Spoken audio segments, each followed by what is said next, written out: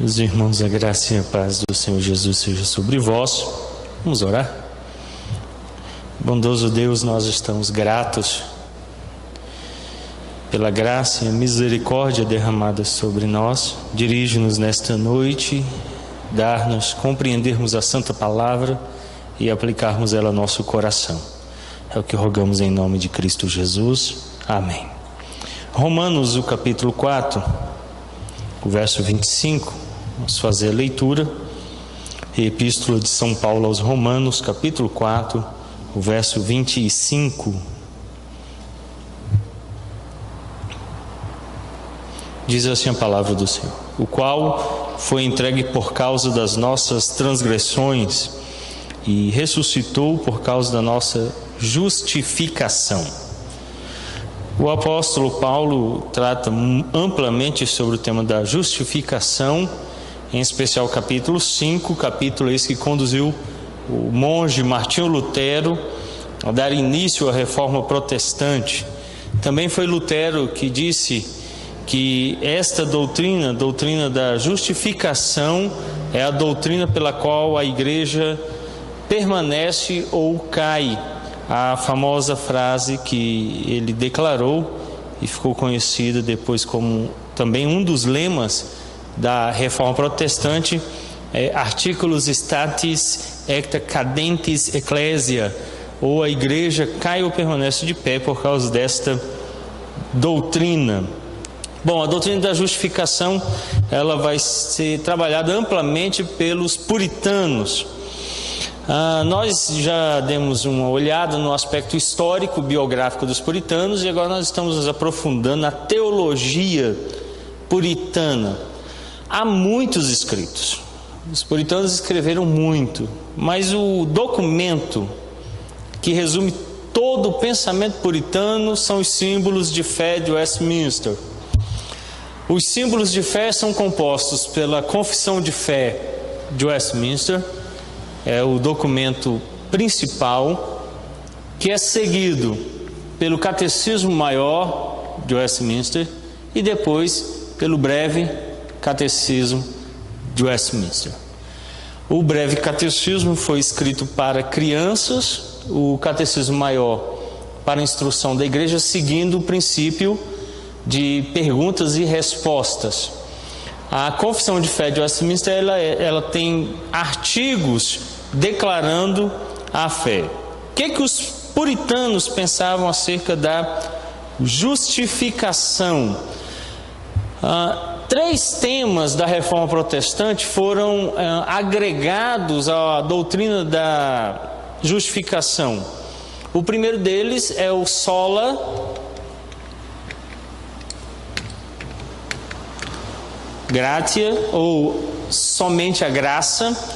É o primeiro aspecto. Eles vão formar um tripé de três doutrinas, seguindo a ideia de somente pela graça, só o ato da graça, um favor imerecido da parte de Deus é que nos salva. Vem o sola fide.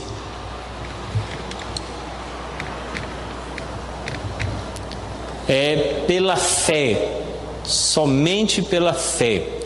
A fé, na ideia puritana ou reformada, não é aquele pensamento interiorizado ou fazer força para acreditar em algo. Isso é credulidade.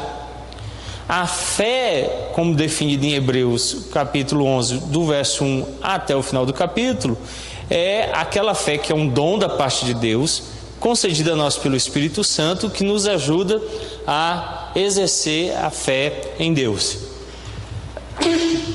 Desculpe. Depois então do sola gratia, do sola fides, vem então solus Christus, somente Cristo. Esses três, eles vão estar ligados diretamente à doutrina da justificação pela fé, que é a doutrina que Lutero defendia, que mantém ou derruba a igreja. Tem uma definição muito boa, Dr. James Montgomery Boyce, foi pastor da 10ª igreja presbiteriana lá nos Estados Unidos, ele declara que justificação é um ato de Deus pelo qual ele declara os pecadores justos somente pela fé, somente por meio da fé e da graça e somente por causa de Cristo. Então, é um ato de Deus onde ele declara os pecadores justos por graça. A justiça é dada por um ato da graça de Deus, por meio da fé.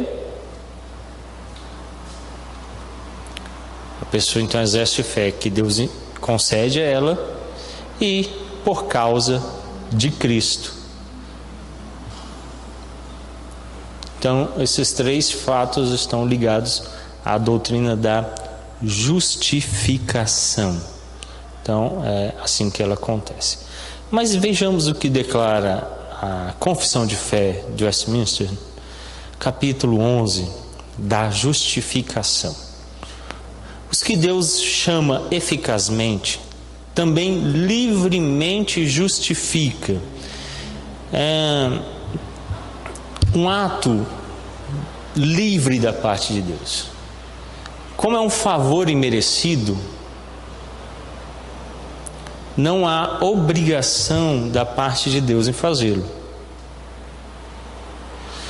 Por exemplo, há quem diga que é injustiça da parte de Deus não salvar todos os homens. Aonde está escrito que há injustiça, se ele não salvar todos? E se ele condenar todos, onde está escrito que é injustiça? Quem criou o homem? Quem criou o homem? Deus. O homem, portanto, é uma criatura. Ela se distingue do resto das criaturas? Sim. Quando Deus o criou, o fez de forma distinta do restante da criação. Mas mesmo nesse aspecto, isso não o faz devedor ao homem. Então ele diz que primeiro nós temos que partir da ideia de que é livre, é um ato livre de Deus. Deus não está obrigado, não há nada que o obrigue. Porque num outro aspecto, além da graça, vai ser um ato realizado em Cristo e não nas obras, não por mérito, não porque alguém tenha adquirido, é na pessoa e na obra de Cristo. Há uma única pessoa que garante a aplicação da graça por fé, é Cristo. Então não é um ato do homem. Por isso que o apóstolo Paulo declara lá em Romanos que não é por obras, para que ninguém se glorie. Porque se fosse por obras, havia glória contida em alguém. Para que não haja glória, é um ato da graça que vem de Deus por intermédio de Cristo. E até a fé que nós exercemos é dada por Deus, ela é concedida por Deus ao homem. O homem nos dá a fé é um dom de Deus, ela é um presente de Deus ao homem. Esta justificação consiste em Deus infundir neles a justiça, mas em perdoar os seus pecados, em considerar e aceitar as suas pessoas como justas. Como a confissão de fé reuniu 121 teólogos, e 10 nobres comuns e 10 nobres da casa alta, o pensamento puritano estava representado em sua maioria aqui, e houve grande discussão sobre isso. Eles declaram então que a justificação não consiste em Deus infundir justiça. Não é que Deus chega ali e coloca em mim justiça, não é isso, mas em perdoar os seus pecados e em considerar e aceitar as suas pessoas como justas. Deus não os justifica em razão de qualquer coisa neles operada ou por eles feita, mas somente em consideração à obra de Cristo. Por isso os puritanos ressaltaram a ideia de somente Cristo. Quando Deus olha, Ele não vê nada que é operado na minha pessoa, nem nada que pertence à minha pessoa para que haja justificação. O que Ele vê? Cristo. Somente Cristo. Daí o apóstolo Paulo então ter declarado: não mais eu vivo, mas Cristo vive em mim. A mortificação do apóstolo Paulo e a vivificação de Cristo nele. Somente Cristo. Os puritanos então deixaram isso bem claro quando declararam que não há nada da parte do homem, mas somente da obra de Cristo. Não lhes imputando como justiça a própria fé, ou o ato de crer, ou qualquer outro ato da obediência evangélica. Os puritanos se antecedem a um movimento que vai acontecer posteriormente.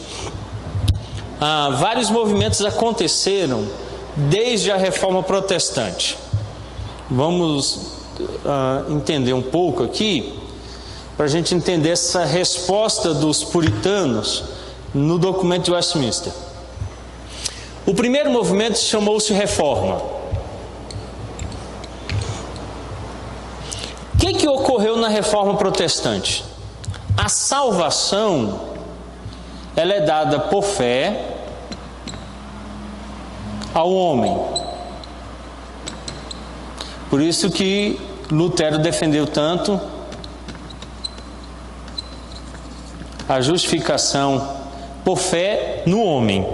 Na Idade Média não havia justificação, a fé não era aplicada a Deus, mas ela era aplicada à igreja. Até hoje, se você procura um católico romano e conversa com ele acerca da doutrina da justificação, ou da certeza após a morte do estado do homem, até o padre tem problema com isso. Não há uma doutrina definida. O que acontece com o católico quando ele morre? Vai para o purgatório. Por isso existe missa de sétimo dia, acendem velas, e existe todo um processo para tentar fazer o quê? Ajudar aquele que morreu. Não há certeza. Na Idade Média, você podia aplicar fé na igreja. Então você podia adquirir um documento que vinha direto do Papa, que garantia o seu perdão ou dos seus entes queridos. Até hoje você pode comprá-lo no site do Vaticano. Esse documento permitia a sua justificação. Quando Lutero encontrou-se com o Papa, ele disse: já que você tem a chave que libera os tesouros celestiais, por que você não abre e entrega ao povo? Está cobrando do povo. E ele entrou então numa crise, e aí lendo Romanos ele descobriu que justificação é pela fé e é dada ao homem, individualmente. Ele recebe. Quando os teólogos puritanos escreveram a confissão de fé, eles disseram o seguinte na confissão: assim, a fonte da justificação é a graça de Deus. O fundamento da justificação é a obra de Cristo. E o meio da justificação é a fé. A fé é um meio, ela não é um fim. Quando então eles declaram, no capítulo 11, a doutrina da justificação, ele diz: não lhes é imputado como justiça a própria fé. Não é a fé que me garante justificação. Quando acontece o segundo grande avivamento nos Estados Unidos e vem um movimento que vai dar origem ao evangelicalismo, o que eles dizem? Você precisa ter fé. E o que é a fé? A fé é um produto do meu esforço humano.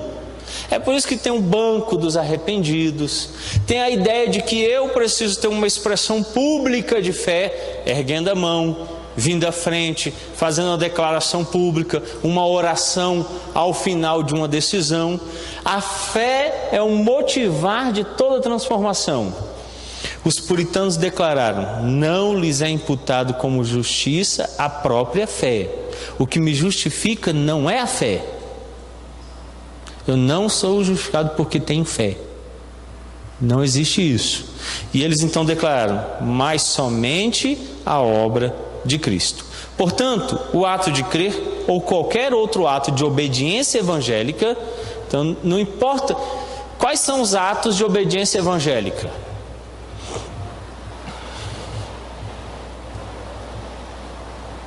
Alguém sabe? Pensa em alguma coisa que a Bíblia ordena para que você se torne filho de Deus. Não. Arrependimento. O arrependimento é uma obra da fé evangélica. Mas até o arrependimento, quem é que nos dá arrependimento? Deus. Não é um ato meu, é um ato de Deus em mim. Para o movimento evangélico, tanto o arminianismo, que foi condenado no período dos puritanos pelos sínodos da igreja, quanto o movimento evangelical hoje, o arrependimento ele é o quê? Um ato da vontade. É um ato da vontade, que pode acontecer de várias maneiras. Por exemplo, coerção. Tomemos uma igreja pentecostal. Geralmente, qual é a função do pastor na igreja pentecostal? Por que você não está usando gravata? Cadê a sua roupa de crente, irmão? Camisa de time de futebol na igreja, o pecado aumentou. Agora você está enrolando. O bala que ainda, aí pronto. Se fosse Flamengo, era crente, né, Jaime? O que acontece com isso? Ele coloca um princípio de postura como algo que vai declarar se ele é um crente. E ele fica fazendo vigilância. Então algumas pessoas dizem assim: agora que eu vim para a igreja eu não vou mais beber. Por que ele não vai mais beber? Se embriagar. Porque se o pastor ficar sabendo, vai ter disciplina. Ele se arrependeu ou ele tem medo? Olha, agora eu não me visto mais como um não crente. Por quê? Porque a igreja tem um código de conduta que obriga ele a portar-se daquela maneira. Não é uma transformação interior que afeta o exterior. É uma imposição de normas e regras. Então alguém veja assim: olha lá o fulano, antes ele se vestia desse jeito, como é que ele se veste agora? Não foi arrependimento. A ideia bíblica do arrependimento é o abandono do pecado e a busca da santidade. E só quem provoca isso é o Espírito Santo de Deus. Por isso que eles dizem que não é o ato de crer ou qualquer outro ato de obediência evangélica. Eu sou ordenado a me arrepender dos meus pecados? Sim. Mas não é isso que faz com que eu seja justificado, porque não é por obras. Eu tenho que crer, eu sou ordenado a crer. Abram lá o primeiro capítulo do Evangelho de São João.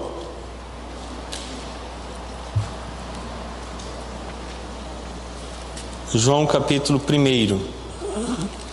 Alguém, por favor, faça a leitura do verso 12. Mas a todos quantos o receberam, deu-lhes o poder de serem feitos filhos de Deus, a saber, aos que creem no seu nome. Esse versículo ele é muito utilizado para contradizer o que os puritanos estão falando aqui. Ele está dizendo assim, que os que creem, não é isso que está dizendo? Verso 12. A saber, os que creem no seu nome. Os que creem, o que ele diz aí no verso 12? São feitos filhos de Deus. Agora olha o contexto do versículo. Verso 12. Mas olha o verso 13. Os quais não nasceram do sangue, nem da vontade da carne, nem da vontade do homem, mas de Deus. Foi a vontade deles que os fizeram crer, ou foi Deus? O verso 13 diz que foi Deus. Verso 14. O verbo se fez carne e habitou entre nós, cheio de graça e de verdade, e vimos a sua glória, glória como unigênito do Pai. Então ele declara que Cristo trouxe graça e verdade, e Deus é que os fez filhos, fazendo-os crer. Quem creu? Os homens. Mas quem deu a eles crer? Pai. De que forma? Pelo Filho. Então eles declaram que não é um ato, nem uma fé declarada que o justifica. Como é que funciona o evangelicalismo? A minha declaração de fé é que me justifica. Por exemplo, peguemos os folhetos que são utilizados no evangelicalismo. Ao lê-los, termina-se com a ideia de que se você fizer uma oração agora, repetindo essas palavras, o que acontece? Tá tudo. É como se eu chegasse no tribunal, o cara entrou na sua casa, já mata a sua família, rouba tudo. O que ele merece? Prisão, no mínimo. Aí chega lá, o juiz vira e fala assim: vem cá, se você disser que está arrependido, eu te solto. O que você acha que o bandido vai falar? Com lágrimas. Olha como ele nunca chorou na vida dele. Você acredita que ele está arrependido, Jaime? Então ele não pode se justificar. O homem não se justifica. Ele recebe justificação. Ele é que ganha justificação. Então é um ato de Deus para com o pecador, e não do pecador para com Deus. Então não é quando eu oro declarando, mas é quando Deus me faz. Aí então eles declaram isso, não pode ser dessa forma, mas imputando-lhes obediência. Aí ele vem e diz que Deus concede a eles obediência.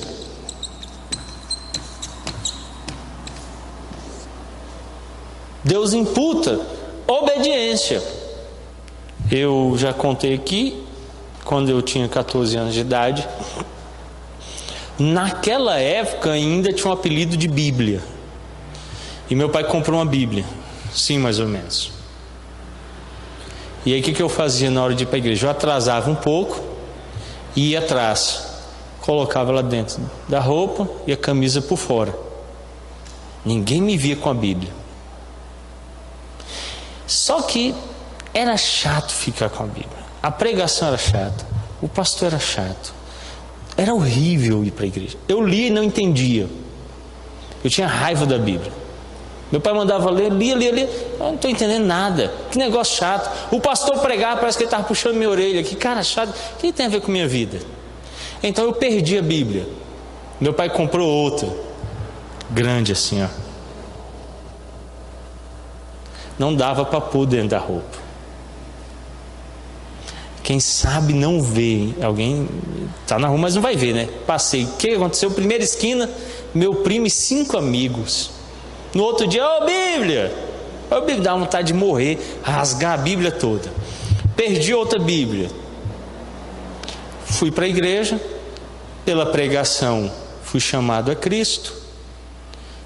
Os dias se passaram, procurei meu pai e falei assim: pai, compra uma Bíblia para mim. Faz de palhaçada, cara. Tá brincando comigo? Não, eu quero uma Bíblia. Para quê? Para ler. Você perdeu 2. Você quer ler Bíblia? Quero. Não, você não vai ganhar outra Bíblia. Já te dei 2. Você jogou fora. Não, eu quero uma Bíblia. Não vou te dar Bíblia. Você joga fora. Você não quer Bíblia. Você não gosta. Eu quero uma Bíblia. Eu passei a entender, ter vontade de ler. Então é obediência que é infundida. Ela não é obrigada. Meu pai obrigava a ler. Eu fazia coisa errada, apanhava, ficava de castigo, tinha que decorar um salmo. Eu sei tantos salmos de cor, mas não entendia nada. Quando ele infundiu obediência, aí eu passei a amar a palavra dele, a entendê-la, a viver conforme os preceitos dele, porque ele infunde a obediência. Claro que não é obediência total, ela ainda milita a carne contra o espírito, mas ela é nata, porque ele que infunde. Então ele vai infundir, imputando-lhes a obediência e a satisfação de Cristo. Não só a obediência, mas também a satisfação de Cristo. Ela é todas as duas aplicadas ao homem. Lembram-se do que Deus falou, não só uma, mas mais de uma vez, quando ele olhou para Cristo e disse: eis o meu filho amado em quem eu me comprazo. Vocês já viram Deus falando isso sobre qualquer homem? Só Cristo. Só tem um que satisfaz o Pai. Quem é? Cristo. Então, de Cristo eu recebo a obediência e de Cristo eu recebo a satisfação que o Pai tem. Nele eu cumpro os mandamentos. Eu não cumpro o mandamento. Quem cumpre o mandamento é Cristo. Quando eu recebo Cristo, eu passo a cumprir os mandamentos em Cristo. Porque se eu fizesse alguma obra, haveria algum mérito em mim. Todo o mérito é na pessoa e obra de Cristo. Eles continuaram então, os puritanos, e declararam o seguinte: quando eles o receberam e se firmaram nele pela fé, que não tem de si mesmos, mas que é um dom de Deus. Efésios 2:8, vamos fazer a leitura.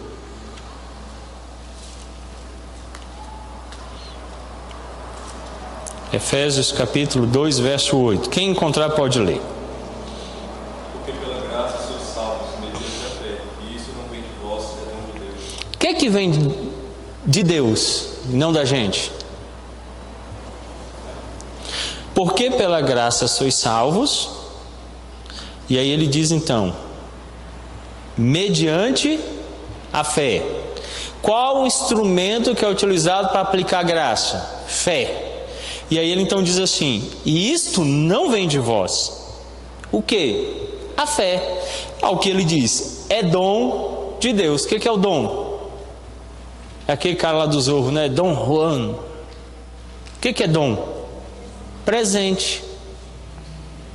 Então Deus nos dá um presente.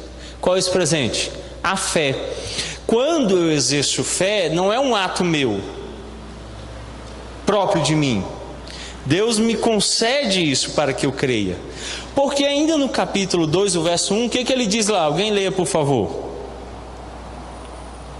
Ele vos deu vida, estando nós mortos nos vossos delitos e pecados. Então ele dá vida a quem estava morto.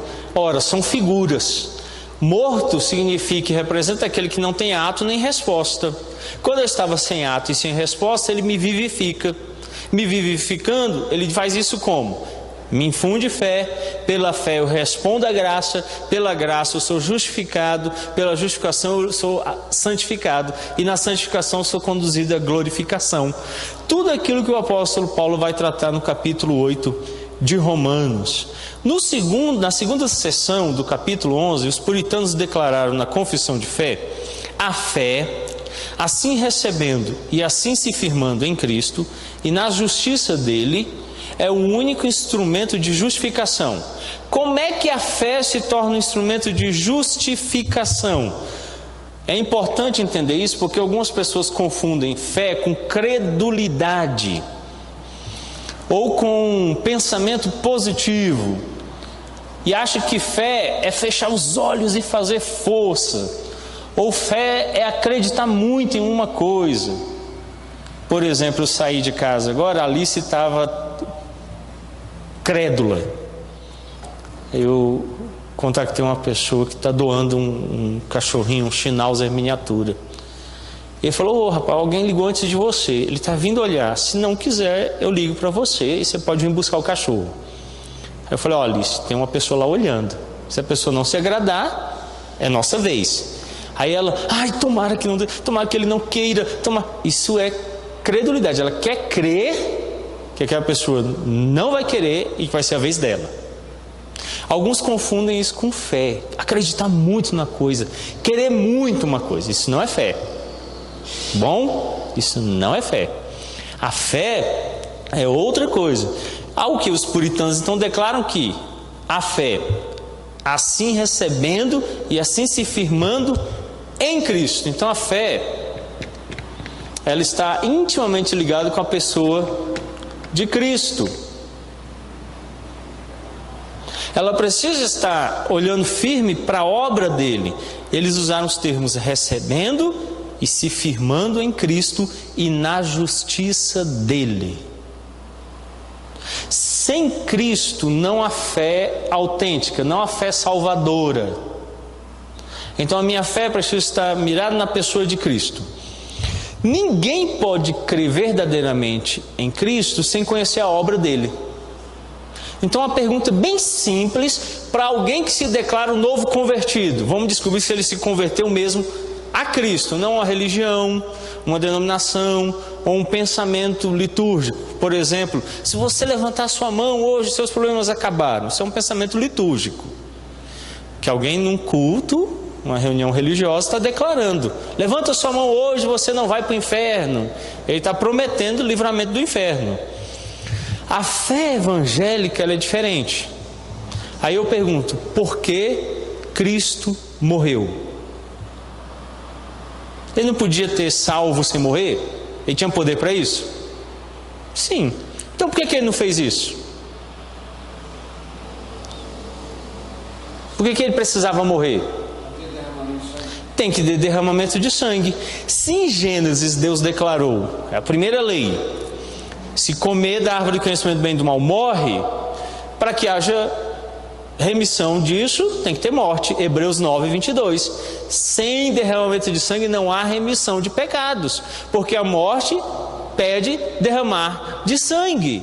Então ele precisa morrer. Então ele precisa entender isso. Agora, por que a gente não pode matar o Fernando? Vamos matar o Fernando aqui hoje, e aí o sangue dele, a gente fica livre dos nossos pecados. Por que você está fazendo assim, Fernando? E oferece, cara, para morrer no nosso lugar, rapaz. O que é isso, pai? Porque você é devedor. Tem dívida, Elias?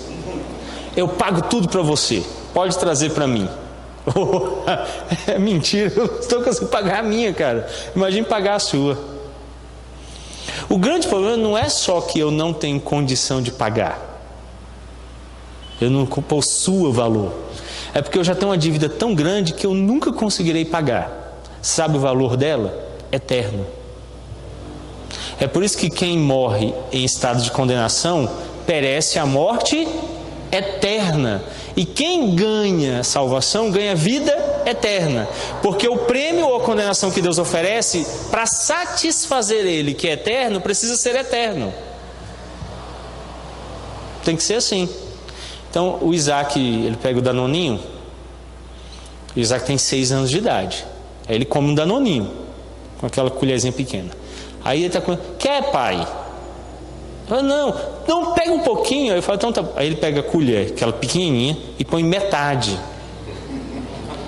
Aí eu olho e falo assim, cara, você sabe como é que eu como isso aí? Passo o dedo assim e faço assim, ó. Para mim não serve. Sabe Danete? Vocês já tomaram Danete? É gostoso, né? Um nunca dá.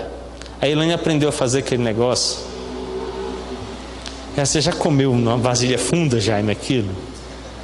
Rapaz, é bom demais. Porque o potinho, ele é 2 dedos assim, ó. Você faz assim com a colher, acabou. Aí ela fez uma vasilha grande e eu falei, Isaac, isso aí não me satisfaz, Isaac. Não dá para o papai. Para ele dá. Ele toma uma pitulinha, satisfaz. Eu tenho que tomar uma Coca-Cola quase 2 litros para me satisfazer. Então tem distinção. Imagina Deus. Você acha que Deus vai ficar satisfeito com o pagamento que você tem para dar? Ele sendo eterno. Então tudo que diz respeito a ele tem que ser eterno. A vida tem que ser eterna. A morte tem que ser eterna para que haja satisfação nele. Então, fé depositada em Cristo, porque Cristo é o único. Quando a pessoa me responde assim, eu criei nele, no Senhor Jesus Cristo, porque ele é o único que poderia dar a vida que satisfaz o Pai, porque ele era justo, sem pecado, e derramou sangue por nós de forma eficaz. Ele disse assim, ninguém tira a minha vida, eu a dou. E aí a Bíblia diz assim, que até alguém poderia se animar a dar a vida pelo outro. O grande problema é que essa pessoa é pecadora, ele está em dívida, ele não vai cobrir. Ele era o próprio Deus e homem, as duas pessoas numa natureza. Nós não somos. Então, ele é justo, nós não somos justos, somos pecadores. Então ele precisa ter quando ele tem essa compreensão, ele teve fé. Fé salvadora. Enquanto ele não tiver, ele pode ter tido uma resposta litúrgica. Quem fizer uma oração aqui, olha o tanto que eu fiz essa oração. Minha mãe fazia assim, e tem um cotovelo que dói. Aí batia aqui na costela, aceita Jesus, menina. Aí eu, tá bom. Aí ia lá na frente, né? Você bem. Aí no outro domingo estava na igreja lá, antes de entrar para o culto, quer namorar a menina? Não, só se você for crente. Aí, no culto lá, olhava para ela, tal, e ela na frente chorava. Aí a menina, o cara é crente, eu vou namorar com ele. Eu fui por muitos motivos na frente. A música era legal, piano tocando, Richard Clayman no final do culto e tal. Aí, hoje eu vou, ia lá. Fui por muitos motivos. dormia no culto, acordava, então ainda ia lá na frente, pastor, você levantou a mão, não, estava só espreguiçando, mas eu vou contar, aí ia lá na frente, né, e tal. Mas a fé, ela provém desse entendimento de quem é Cristo, não do ato, não da resposta, nem da oração. É por isso que ela deve ser firmada nele, somente na pessoa dele, na obra dele, na sua justiça. É o único instrumento de justificação. Por meio de fé, ao homem é dado justiça em Cristo. Então a fé depositada em Cristo aplica a minha justiça. Então a justificação não é um ato meu, nem um ato da minha vontade. A justificação é um ato de Cristo que Deus oferece a mim por fé. Os puritanos também declararam: ela, contudo, não está sozinha na pessoa justificada, mas sempre anda acompanhada de todas as outras graças salvadoras. O arrependimento vem junto. Tudo isso vai acompanhar a fé. Ela não é uma fé morta, mas obra por amor. Por isso que o apóstolo Paulo diz assim: o amor de Cristo me constrange. Constrangido, ele reage. Constrangido, ele age. O apóstolo Paulo diz que o amor de Cristo tem reflexo nele e causa reação.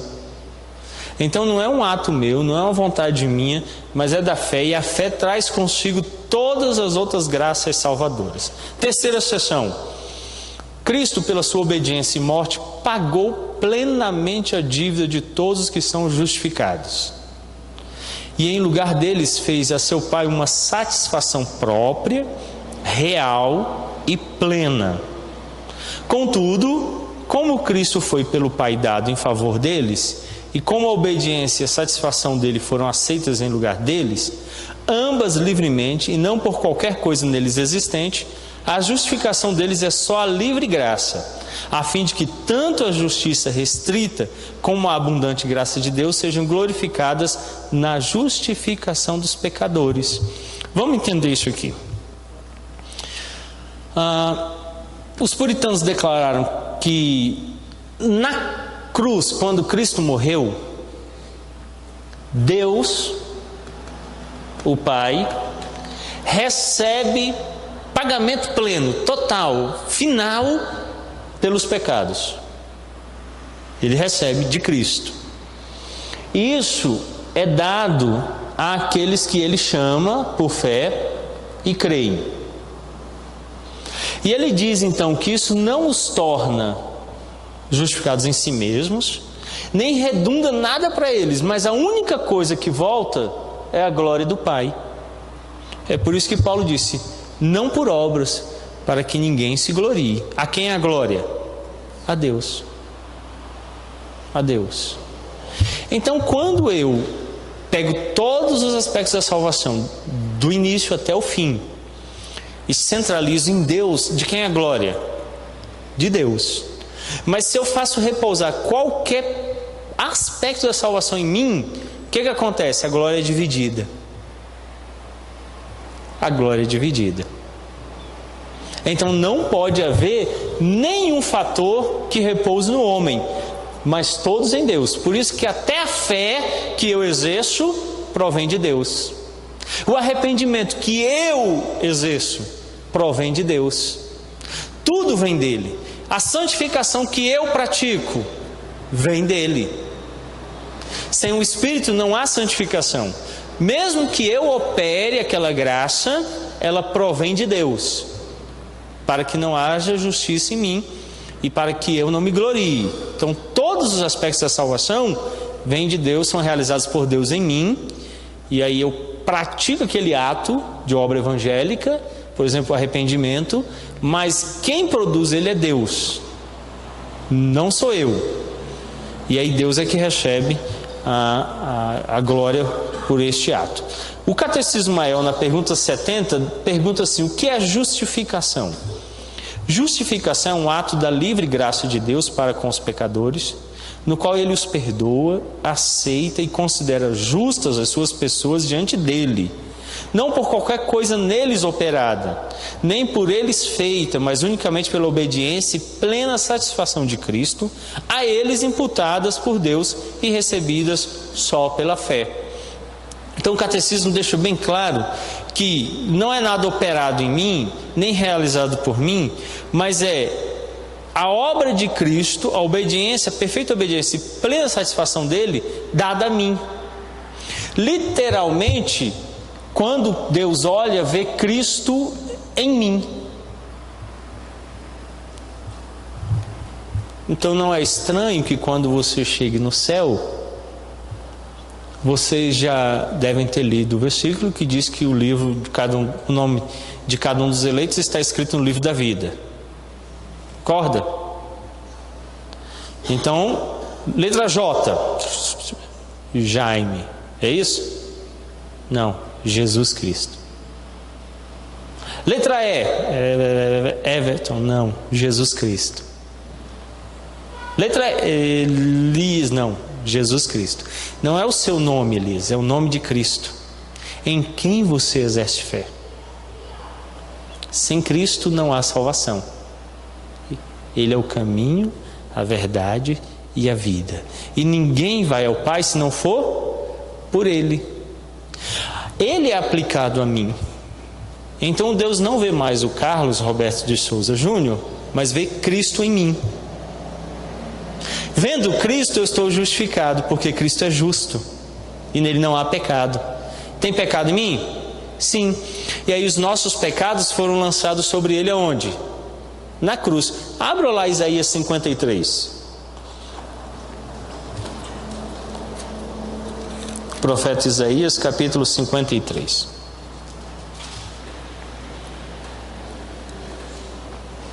Alguém lê o verso 4, por favor. E 5, verso 4 e 5. Certamente Ele tomou sobre si as nossas enfermidades e as nossas dores levou sobre si.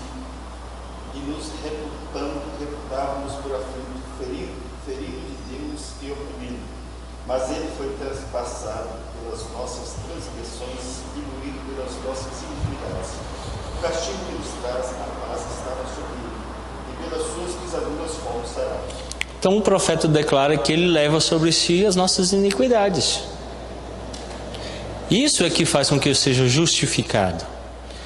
Há uma tendência muito forte no evangelicalismo de tentar se auto-justificar, de buscar a justificação. O catolicismo romano era assim.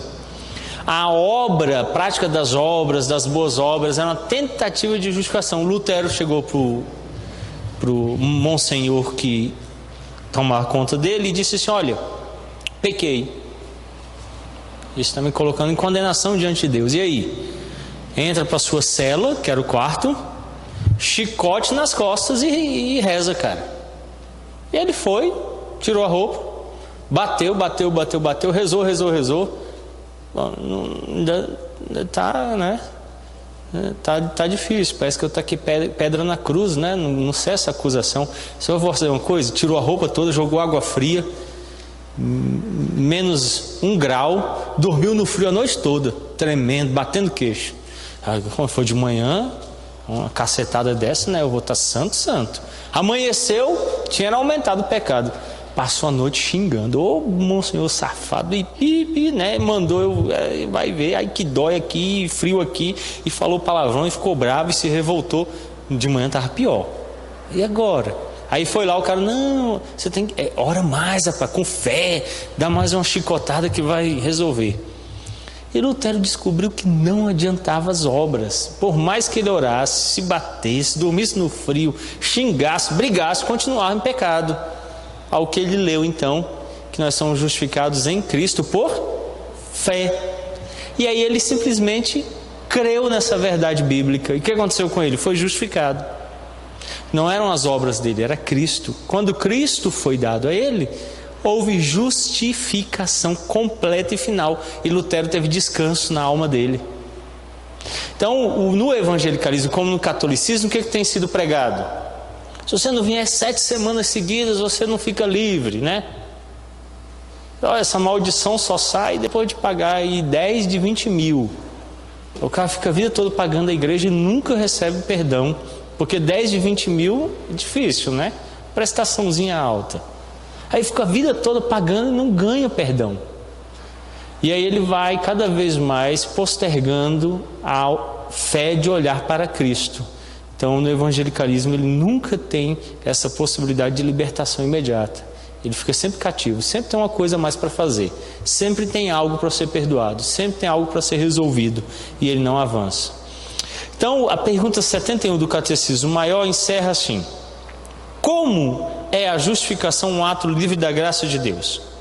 Resposta: ainda que Cristo, pela sua obediência e morte, prestasse uma verdadeira satisfação real e plena à justiça de Deus a favor dos que são justificados, contudo a sua justificação é de livre graça para eles, desde que Deus aceita a satisfação de um fiador, a qual podia ter exigido deles, e proveu este fiador, seu único filho, imputando-lhes a justiça deste e não exigindo deles nada para a sua justificação, senão a fé, a qual também é dom de Deus. Então os teólogos westminster declararam que o pecado é meu, quem tinha que pagar sou eu, mas Deus nos ofereceu um fiador. O que é o fiador?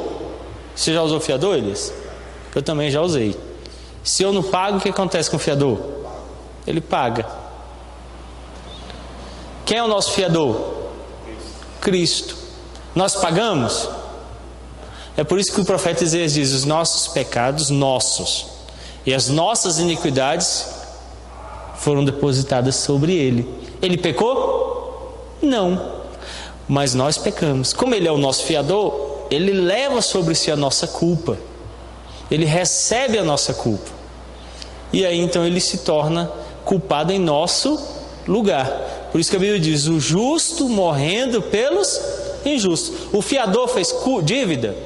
Não, mas ele não assumiu o compromisso de pagar se quem fez não pagasse.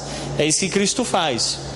Então nós depositamos a nossa fé nele e ele assume o nosso lugar, ok? Então, para encerrar, o que é a fé justificadora? A fé justificadora é a que salva, é operada pelo Espírito e pela palavra de Deus no coração do pecador. A fé, ela é operada no coração. O que é o coração? A sede da vontade. Você ama a Fernanda, Everton? Mostra isso agora para mim aqui, eu preciso ver.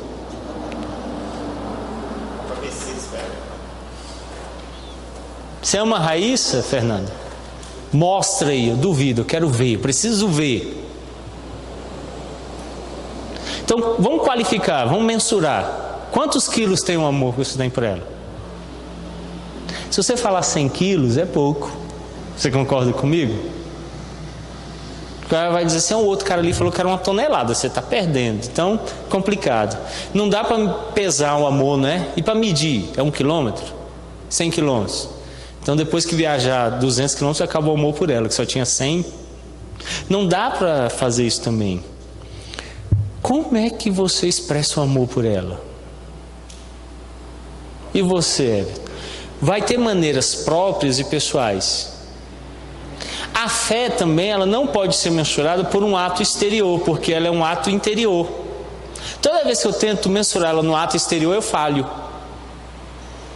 Toda vez que alguém chega e fala assim: mostra que você me ama, aí falha. Porque não dá para mostrar amor. Dá para mostrar amor? Não dá para mostrar. Você pode ter até algumas experiências que apontassem ele, mas não está mostrando ele.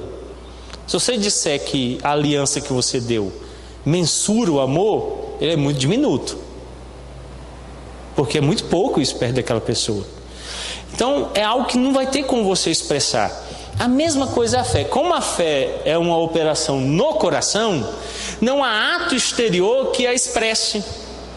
Uma oração, falar palavras, mover a mão, ficar em pé. Isso nunca vai alcançar a expressão completa daquilo que acontece na sede das vontades. Então ela é interiorizada. Por ser interiorizada, eu não posso fazer pelo olho, pelo ouvir, uma qualificação adequada dela. Vocês concordam? O Elias acabou de falar com a forma de se expressar para a dona Fernanda é dar uma Mercedes. Pelo que eu estou vendo, você não ama ela, né? Você deu um C3. Nossa, que coisa, que amor pequeno, cara. O que eu ia fazer? Eu ia errar, não ia, se eu fizesse isso? Nós conseguimos ver que ele ama por causa de toda uma caminhada de vida. O tempo que está casado, gerou uma filha, tem sido fiel, tem demonstrado com palavras, carinhos e afetos. Mas isso tudo é um completado todo. Porque alguém pode usar essas expressões individualizadas e não amar verdadeiramente. Então, quando eu peço que alguém expresse fé que deve ser vivida no coração, eu falho. Então ele diz que ela é operada pelo Espírito, pela palavra, no coração do pecador, sendo por eles convencido do seu pecado e miséria e da sua incapacidade. Então a fé vai ter que promover no coração do pecador, primeiro, o convencimento do pecado. O que é pecado? Eu vou dar um exemplo, vocês digam se é. Pecado é não dar um livro de presente para o pastor no aniversário dele. Isso é um pecado terrível, vocês concordam comigo? Não é não. O pastor está dando um dia esperto. Não tem nada de pecado aí. O que é pecado? Como é que eu faço para saber o que é pecado? Torcer para o Vasco. Isso aí é um pecado terrível. Que coisa terrível, né? Não. Isso aí é gosto pessoal, né? E que gosto ruim quem torce para o Vasco. Mas é gosto. Tem gente que gosta de Giló. Pecado é a falta de conformidade com a lei de Deus.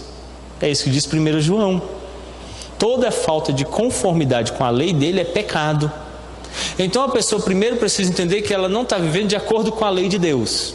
E ninguém nunca vai viver, só Cristo. Então ele já viu um problema. Segunda coisa que é pedida, ele precisa entender a sua miséria, o estado de miséria dele. Bom, se ele não consegue viver de acordo com a lei de Deus e nunca vai cumprir, porque quem quebra um dos mandamentos quebrou todos. Então eu vou cumprir o primeiro, o segundo, o terceiro, o quarto, o quinto, o sexto, o sétimo, aí eu falho no oitavo. Aí cumpro o nono. Aí a Bíblia diz que porque eu quebrei um, todos os outros, eu sou culpado deles. Aí isso me coloca no estado de miséria. Eu me torno miserável.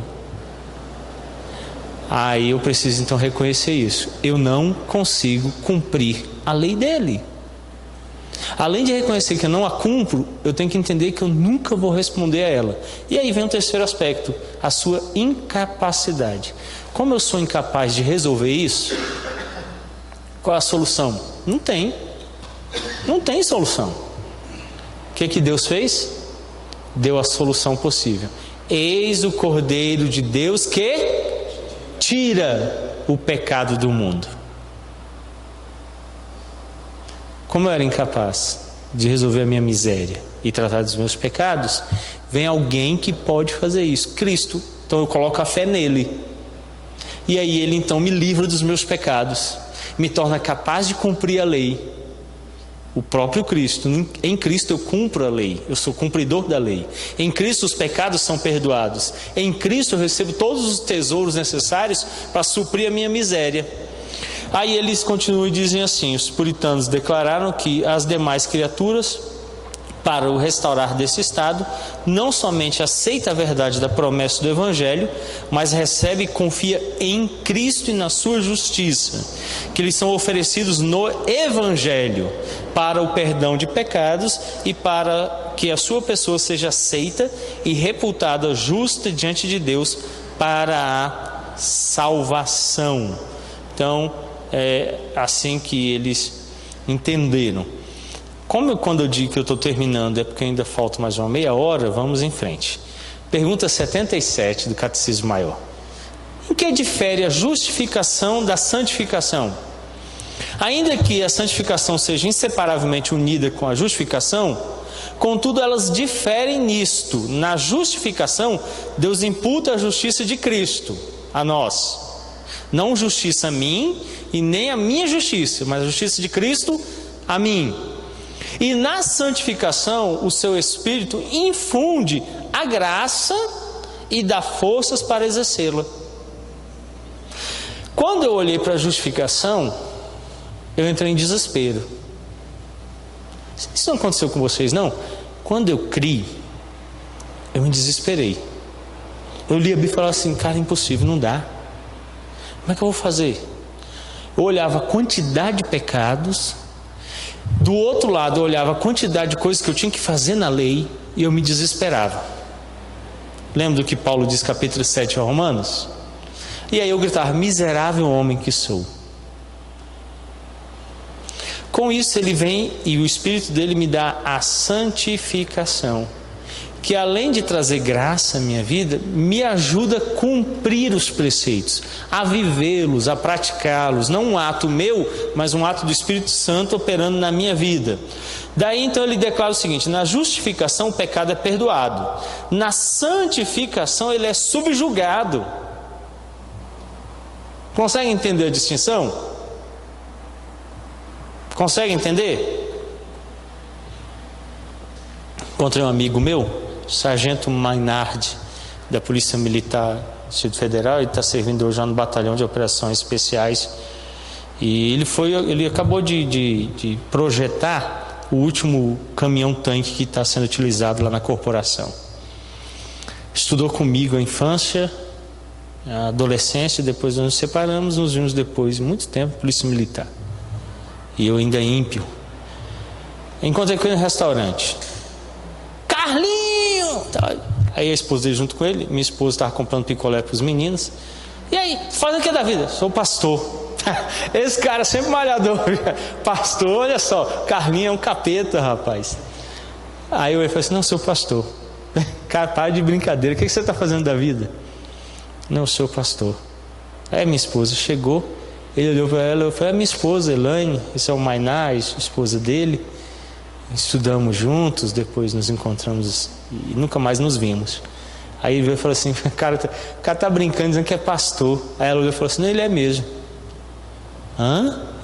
É, e eu já vou te avisar que ele mudou de vida mesmo. Aí ele falou assim, é mesmo? Ela falou, é, eu também só acredito porque eu estou vendo. Porque as histórias que eu ouço dele. Aí ele veio e falou assim, se tem uma testemunha.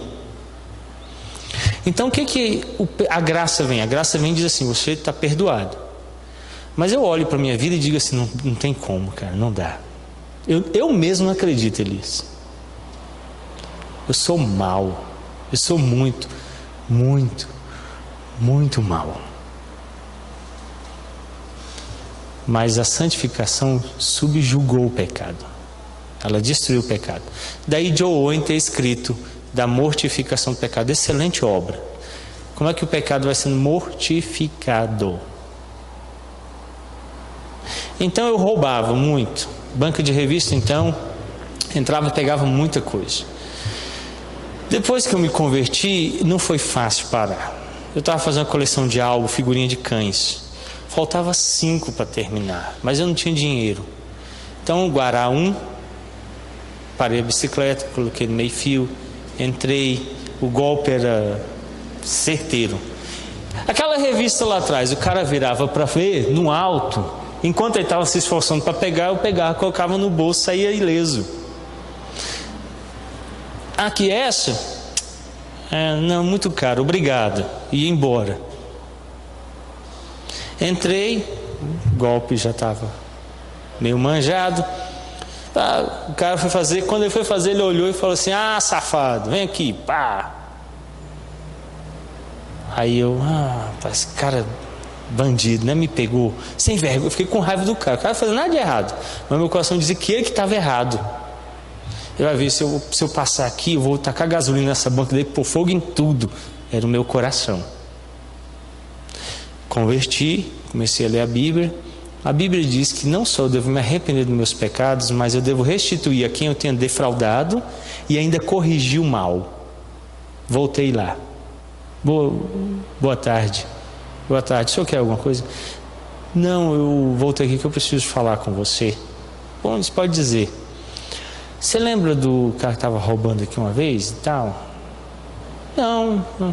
Não, assim, tal dia, assim, você virou, mas olhou rápido, me pegou, fui eu. Olha, não quero problema, não, fique tranquilo, eu voltei aqui porque o que eu fiz é errado, me perdoa, eu não devia ter feito isso, meu coração guardou ódio de você muito tempo, e eu só não fiz mais mal contra você porque muita gente disse, não faz isso não, cara, eu sou mau, mas em Cristo eu fui transformado, me perdoa, há alguma coisa que eu posso fazer para restituí-lo, para devolver a paz entre nós? Não, cara, pode ir embora, obrigado, hein? Rapaz, que é isso? Não, nada, só vim fazer o que Jesus disse. Ele disse que eu tenho que resolver com você. Não, tá bom, obrigado, valeu, até logo. Poxa, hein? Ele ficou assim, sem ação. Eu fico pensando que as pessoas devam ter feito isso quando Zaqueu apareceu e disse, vim devolver. Não, Zaqueu, não tenho mais nada. Não vim cobrar dinheiro de você, eu vim te devolver. Vim devolver. Por quê? Porque eu agora crio em Jesus Cristo. Tá bom, legal. Que coisa, hein? Tá, dá o dinheiro aqui então. Poxa, realmente há isso. O pecado ele é subjugado. Como é que ele é subjugado? Pela humilhação. Primeiro ato da mortificação do pecado é a humilhação. Você precisa ser humilhado, porque o pecado é exaltação. Como vocês serão iguais a Deus. Toda vez que eu peco é uma tentativa de autossatisfação, de servir a mim mesmo.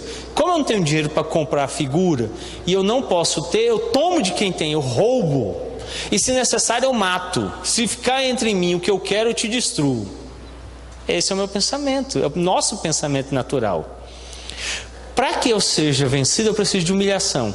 Depois disso tudo, Zaqueu não só restituiu, como eu disse que ele vendeu tudo e deu para os pobres, que é o princípio que Paulo trabalha em Efésios. Quem roubava, trabalhe, não só para ter o que sustentar a si mesmo, mas para ajudar o necessitado.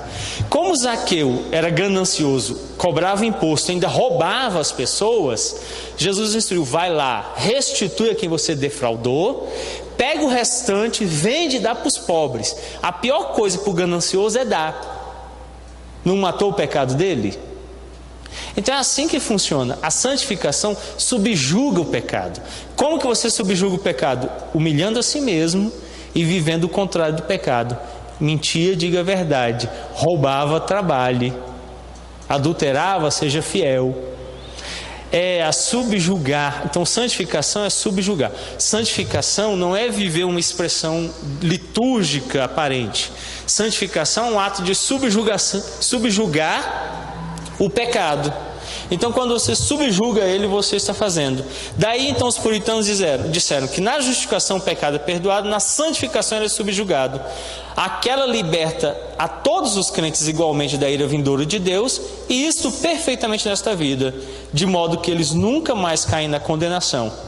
Esta não é igual em todos os crentes, e nesta vida não é perfeita em crente algum, mas vai crescendo para a perfeição. Então a santificação, ela nunca é completa nessa vida e nem é perfeita, mas ela sempre vai ser crescente. Dado com isso, se ela está diminuindo ou estagnada, alguma coisa está errada. Ela deve ser crescente, ela nunca vai ser perfeita nem completa, mas sempre crescente. Deu para entender? Alguma dúvida, alguma pergunta sobre o que nós vimos?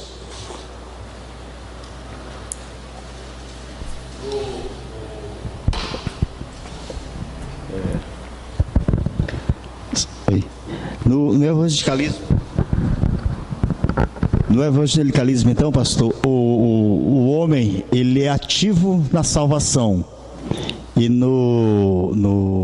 mediante a posição da reforma, o homem é simplesmente passivo.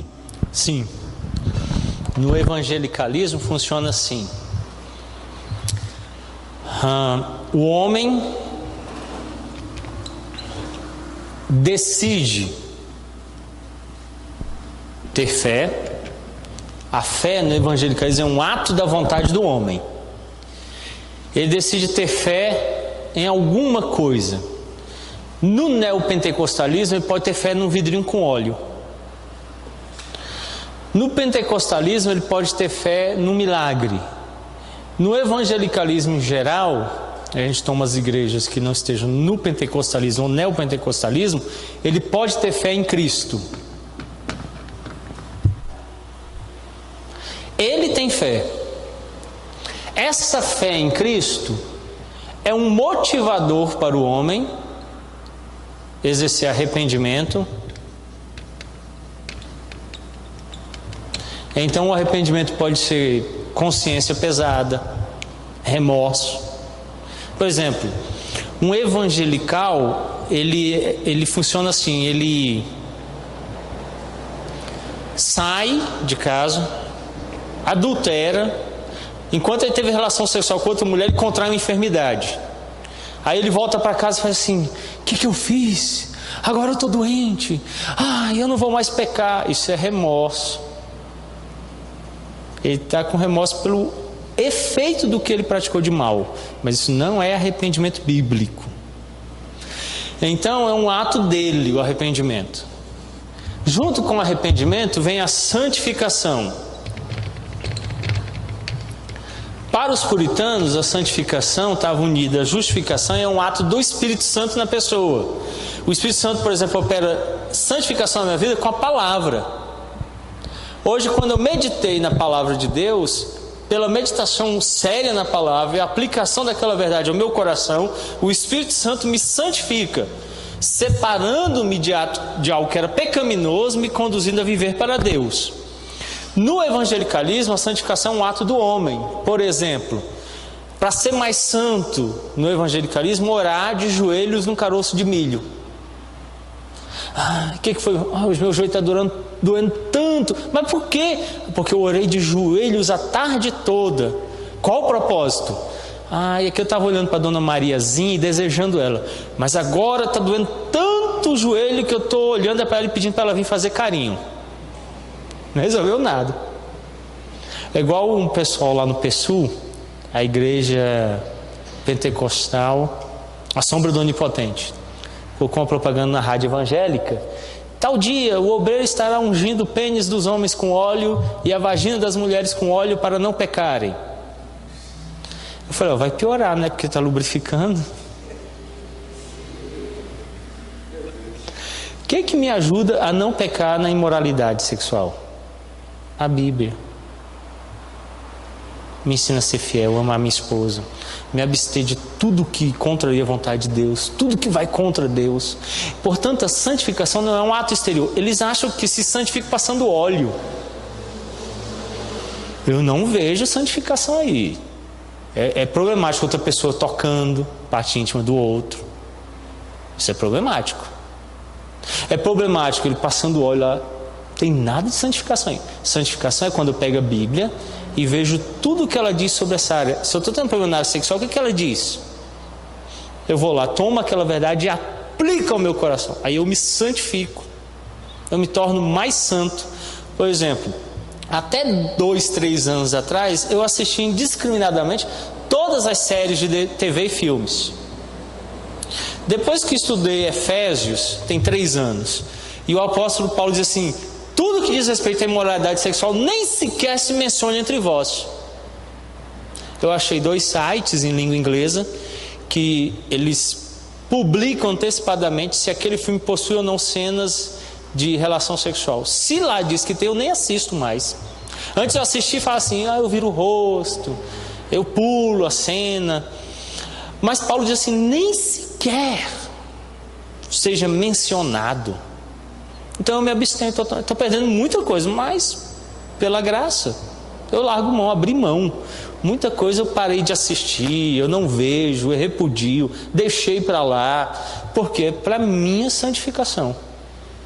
Então não foi que alguém me ungiu, não é porque eu passei um dia todo de joelhos lá e tal. Não, eu peguei a palavra e apliquei ao meu coração. Então eu não assisto mais. Por exemplo, eu deixei de assistir Game of Thrones. Parei na 2ª temporada. era erótico, explicitamente pornográfico. Então um pedacinho que ficava quando eu pulava, vinha para a mente, descia para o coração. E a Bíblia então diz, nem sequer mencione. Você quer saber uma coisa? Eu não vou mais assistir. É porque a igreja me pediu? É porque os presbíteros me disseram? Porque tem alguém vigiando? O meu coração foi moldado pela palavra, e então eu abandonei aquilo. Pronto. No evangelicalismo é um ato da vontade humana. Qualquer aspecto desse, a fé, o arrependimento, a santificação. No princípio bíblico, tudo isso aqui é um ato de Deus em mim. É um ato de Deus em mim. Então algumas pessoas vão dizer assim, você não parece pastor. Ah, mas por quê? Ah, eu pensei que você passava o dia todo orando. Não. Você só assiste filme bíblico, né? Não. Você só canta música cristã, né? Não. Na verdade eu não canto música nenhuma, porque eu canto muito mal. Mas não é isso também que me faz crente. Eu sou crente porque Deus está operando em mim, com o seu Espírito, a sua palavra, produzindo arrependimento bíblico, santificação bíblica. Não é um ato litúrgico no exterior, nem é da igreja em mim. É a própria palavra e o Espírito Santo operando na minha vida, como os puritanos definiram. Ok? Alguma outra pergunta ou colocação? Sim, Raíssa. Pastor,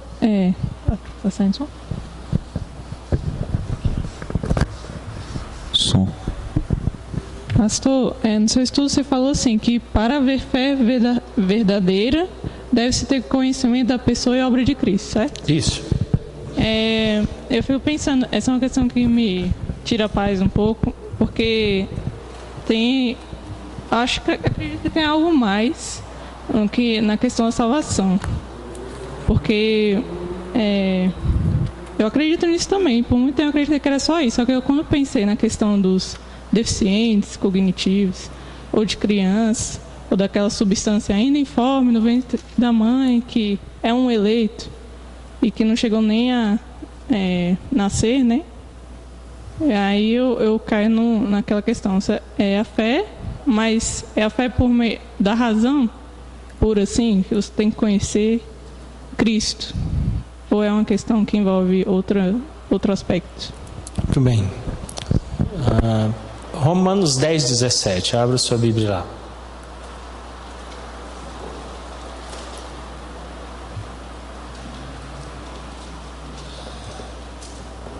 Leia, por favor, Romanos 10, 17.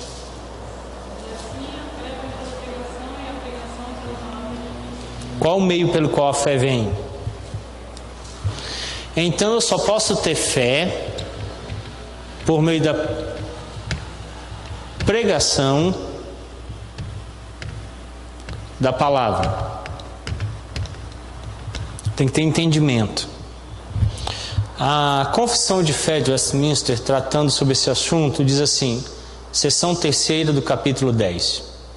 As crianças que morrem na infância, sendo eleitas, são regeneradas e por Cristo salvas, por meio do Espírito, que opera quando, onde e como quer. Do mesmo modo, são salvas todas as pessoas incapazes de serem exteriormente chamadas pelo ministério da palavra. A forma ordinária é essa aqui. Por exemplo, qual é a forma ordinária de nascer uma criança? Não, aí você está falando só o ato do nascimento. Agora, como é que ela é gerada? Ela nasce. Como? Qual a forma ordinária? Um homem, uma mulher, o homem introduz o sêmen que se une ao óvulo, que vai para o útero, gera ali a criança, durante 9 meses ela nasce. É ordinário. Cristo foi assim?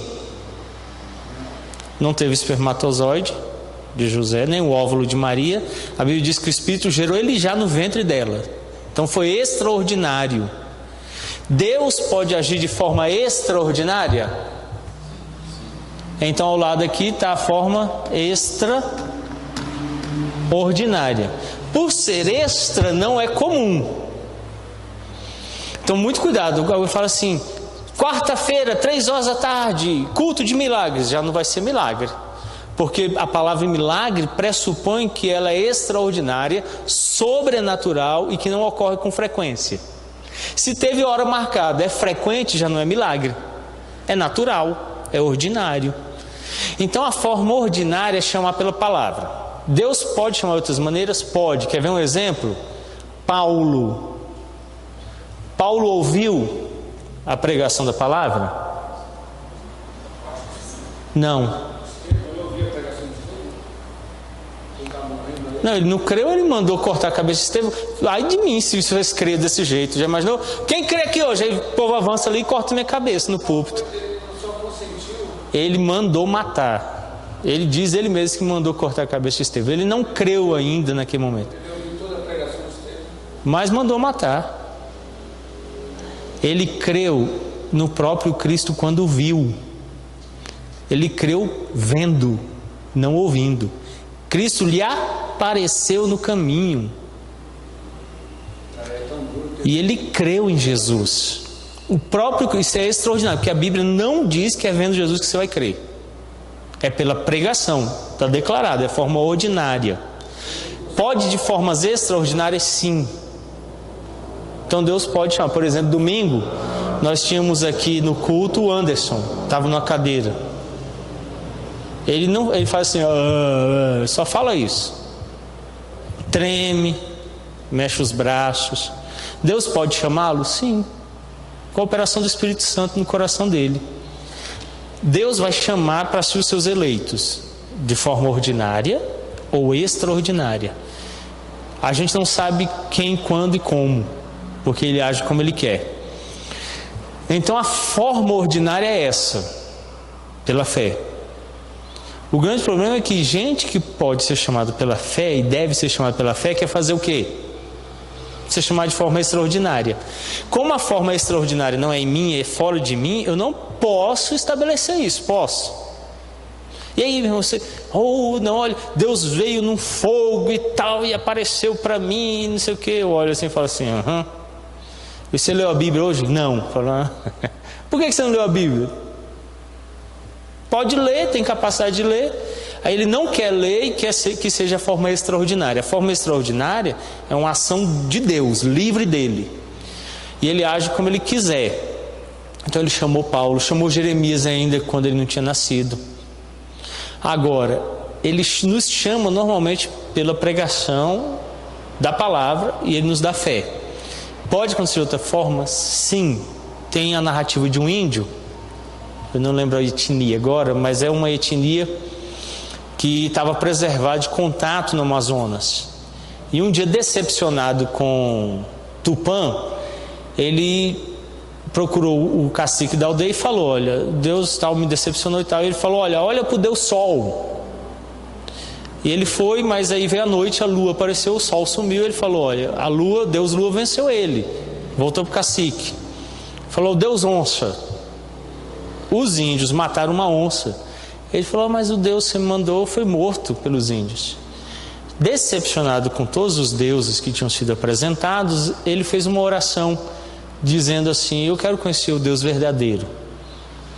Enquanto ele estava na beira do rio falando, veio uma tromba d'água, bateu e levou ele. Acordou na beira de uma cidade, levantou, as pessoas falavam, ele não entendia nada, saiu andando machucado, com escoriações, caminhando, viu um homem com uma caixa de som gritando, Jesus é o Senhor da vida. E ele então no coração dele tinha entendido que Jesus era Deus. Chamaram várias pessoas para tentar ajudar, ninguém entendia ele, até que trouxeram um índio de uma etnia próxima, que entendia parcialmente o que ele dizia. E diz, olha, ele é da etnia tal, a gente não tem contato, eles ficam escondidos, ninguém conhece essa aldeia, não sei como ele veio parar aqui, e a única coisa que eu entendo é que ele está dizendo que encontrou Deus. Só isso. A FUNAI conseguiu restituir ele para a aldeia dele, ele voltou para lá, mas muito tempo depois o pessoal conseguiu alcançar a aldeia. Quando chegou lá, eles todos criam em Jesus Cristo. quando codificaram a língua e começaram a falar, eles falaram: qual Deus que vocês creem? Jesus Cristo. Aonde ele trouxe? Ele ouviu, trouxe e declarou a eles, de forma extraordinária. Como ela é extraordinária, eu não posso estabelecer como regra, nem aguardar que aconteça. Só Deus pode fazer, é milagre da parte dele. A mim me cabe crer na forma ordinária. Por isso, a declaração de fé é: a única forma pela qual o homem deve crer é esta. E se acontecer de outro? Aí foi extraordinária, é com Deus. Eu tenho que viver pela ordinária. Por exemplo, eu estou autorizado a não crer na lei da gravidade? Estou?